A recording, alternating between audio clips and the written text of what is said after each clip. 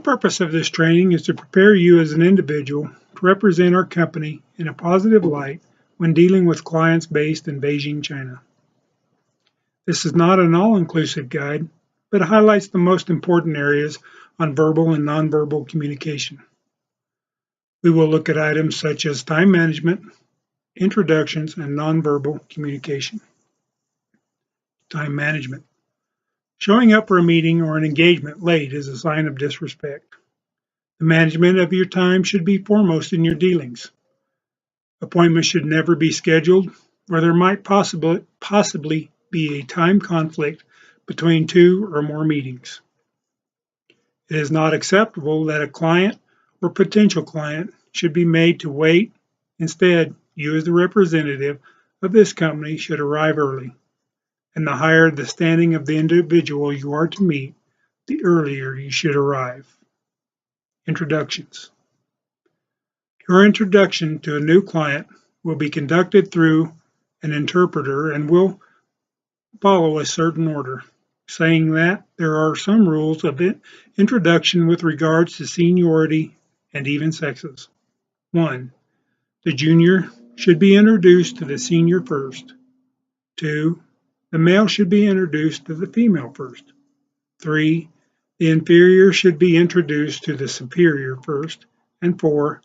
The host should be introduced to the guest first. When you are introduced, you will give your full name followed by your job title. A gentle handshake is all that is needed.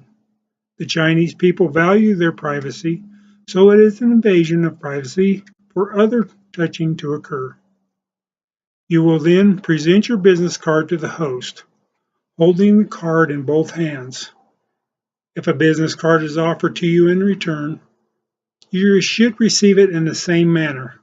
The card should be examined with interest, putting away, and you should never write on the card unless instructed to do so. Nonverbal communication. When communicating with someone from China, they are very reticent to show any disagreement with what you are saying. Even if they do disagree with what you are saying, they will nod their head. This is not a sign of agreement, but that they are hearing what you have said.